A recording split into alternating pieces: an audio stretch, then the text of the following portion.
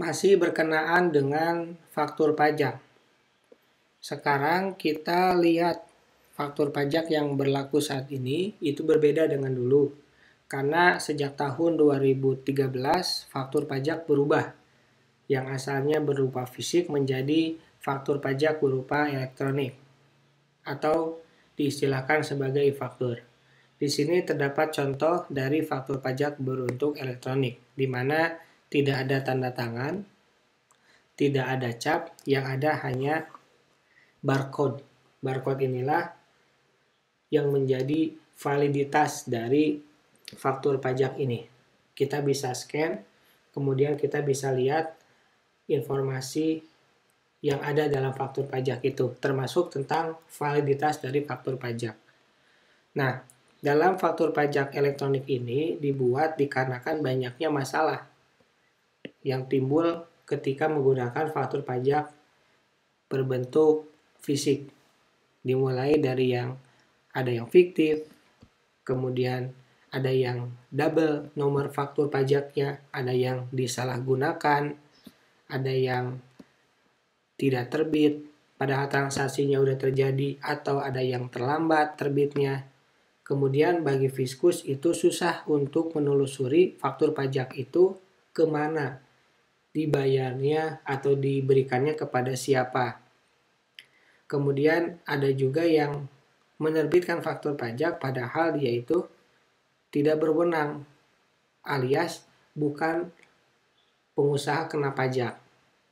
Oleh karena itu, mulai tahun 2016, tepatnya di tanggal 1 Juli, sampai dengan sekarang wajib menggunakan e-faktur. Banyak manfaat dengan adanya e-faktur ini. Bagi penjual, manfaat-manfaatnya adalah pertama, dia sebagai identitas pribadi. Dia memiliki identitas pribadi yang lebih aman. Kenapa? Dia nggak usah menggunakan tanda tangan basah.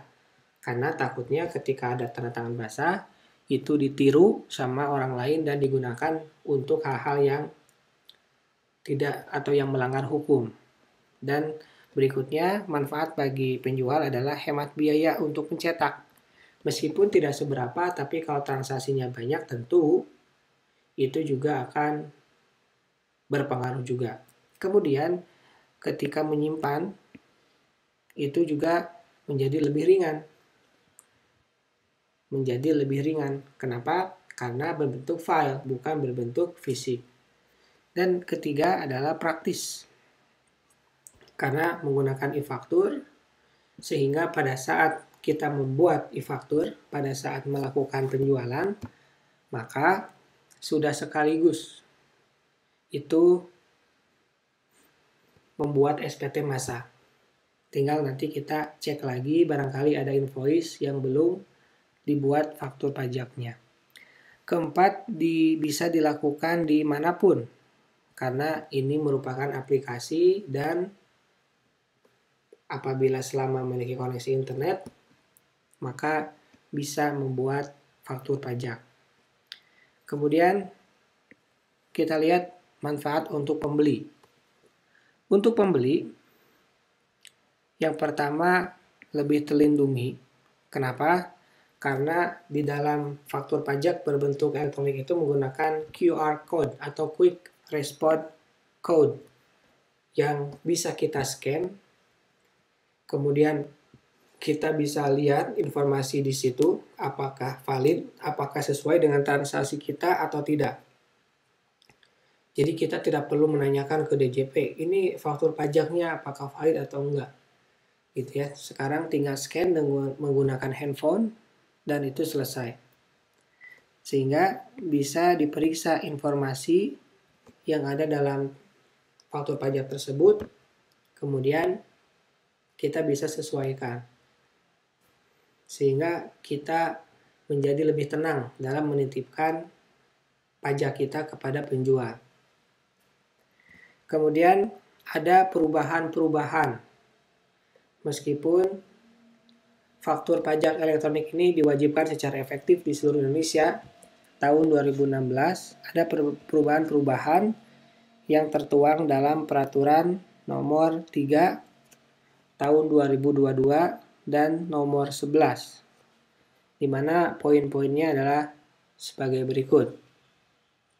Yang pertama, ketika kita sebagai penjual menyerahkan barang kena pajak kepada pembeli yang termasuk ke dalam orang pribadi, maka kita wajib mencantumkan NPWP atau NIK atau nomor paspor.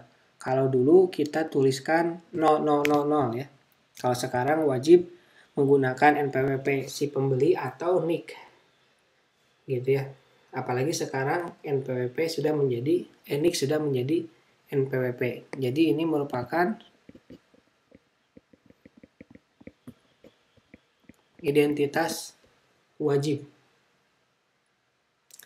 Kemudian yang kedua, apabila transaksinya berupa transaksi barang berupa kendaraan bermotor, maka harus menyertakan minimal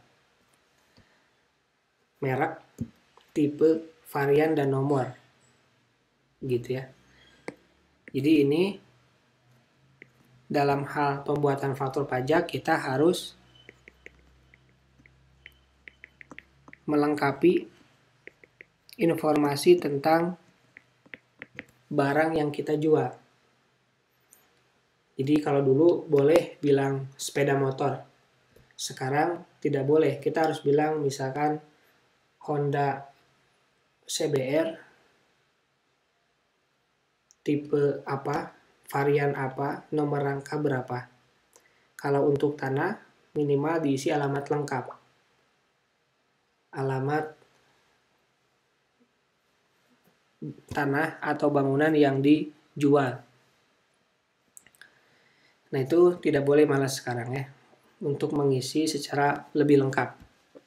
Kemudian yang ketiga, jika menggunakan mata uang selain rupiah, maka wajib dikonversi. Jadi di faktur pajak itu wajib rupiah. Seperti itu.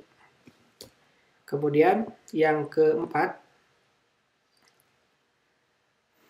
maksimal itu nomor seri faktur pajak yang diminta adalah 75 bagi pengusaha kena pajak yang baru.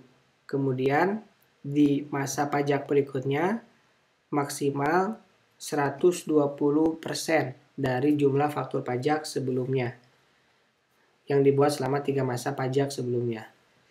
Namun apabila diperlukan lagi, ya bisa mengajukan lagi. Jadi kecuali ini 75 kemudian tambah lagi 120% maksimal dari transaksi 3 bulan sebelumnya, masih kurang, maka bisa mengajukan lagi ya. Kecuali apabila memang kurang, bisa mengajukan.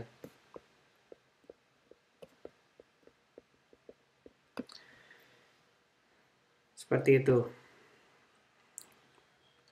Kemudian untuk faktur pajak itu ada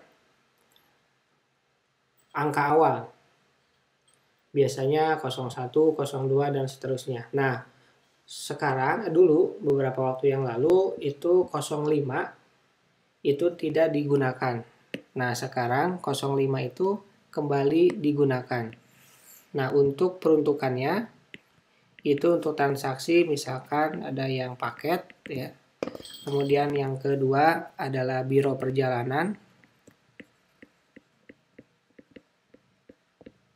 Yang ketiga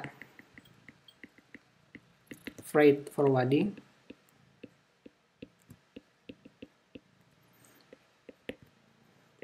Yang keempat perjalanan ibadah keagamaan seperti umroh, haji, dan lain sebagainya. Yang kelima jasa penyelenggaraan dengan distribusi voucher. Yang keenam, kendaraan bermotor bekas.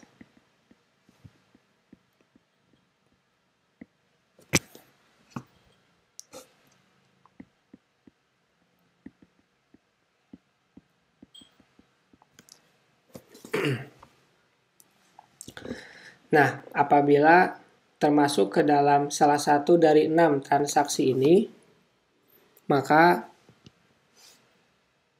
menggunakan faktur pajak dengan kode 0,05 ya,